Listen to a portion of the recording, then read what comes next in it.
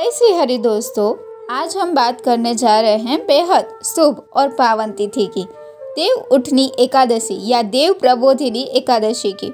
ये वही दिन है जब स्वयं भगवान विष्णु 4 महीने की योग निद्रा से जागते हैं और पूरे ब्रह्मांड में शुभ कार्यों का आरंभ होता है।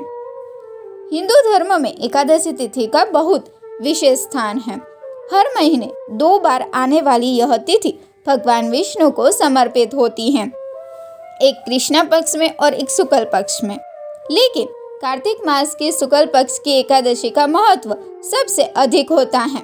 इसे देव उठनी एकादशी, देव प्रबोधिनी एकादशी या देवोत्थान एकादशी कहा जाता है। कहते हैं कि चातुर्मास के दौरान भगवान विष्णु योग निद्रा में रहते हैं।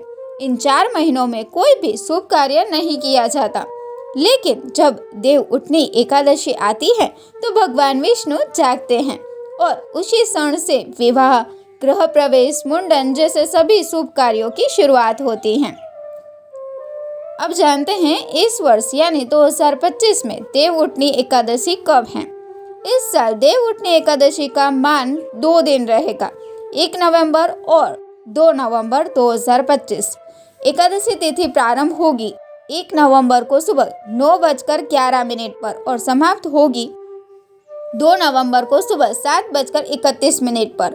इस बार 1 नवंबर को गृहस्थ लोग व्रत रखेंगे, जबकि 2 नवंबर को वैष्णव परंपरा वाले उपवास करेंगे, क्योंकि वैष्णव लोग भगवान विष्णु के जागने से सटीक हरिवासर मुहूर्त को मानते हैं, जबकि गृहस्थ लोग सामान्य पंचांग के अनुसार व्रत रखते हैं।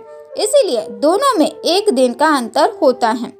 व्रत का पारण हमेशा अगले दिन किया जाता है। 1 नवंबर को व्रत रखने वाले भक्त 2 नवंबर को दोपहर 1:11 से 3:23 तक पारण कर सकते हैं। वहीं 2 नवंबर को व्रत रखने वाले भक्त 3 नवंबर को सुबह 6:34 से 8:46 के बीच व्रत खोलेंगे। इस दिन द्वादशी तिथि सूर्योदय से पहले समाप्त हो जाएगी, इसीलिए व्रत तोड़ने का समय निश्चित रखना अति आवश्यक है। अब जानते हैं इस दिन की पूजा विधि। सुबह ब्रह्म मुहूर्त में उठकर स्नान करें और घर को साफ सुथरा करें। घर के मंदिर में दीप जलाएं और भगवान विष्णु की प्रतिमा या चित्र स्थापित करें। भगवान को जल, दूध और गंगा जल से अभिषेक करें। उन्हें पीले फूल, तुलसी दल, चंदन और मिठाई अर्पित करें।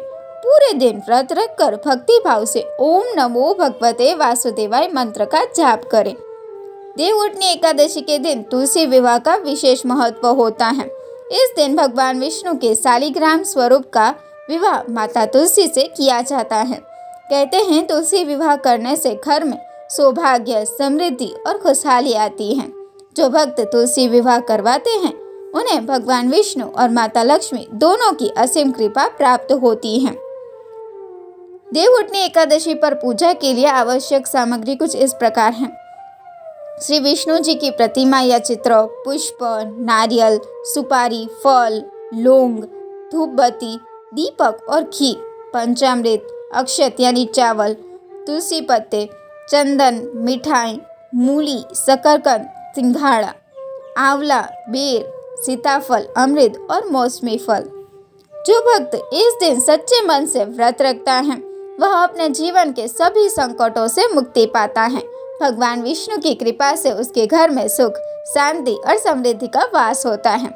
देव उठनी एकादशी पर व्रत रखने से पापों का नाश होता है और मोक्ष की प्राप्ति का मार्ग प्रशस्त होता है। तो मित्रों, यह थी देव उठनी एकादशी की संपूर्ण जानकारी। इस दिन को श्रद्धा और भक्ति के साथ मनाइए। भगवान विष्णु और माता लक्ष्मी की कृपा सदा आपके साथ बनी रहे। अगर आपको यह वीडियो पसंद आया हो तो इसे लाइक, शेयर और सब्सक्राइब करना ना भूलें। जय श्री हरि, धन्यवाद।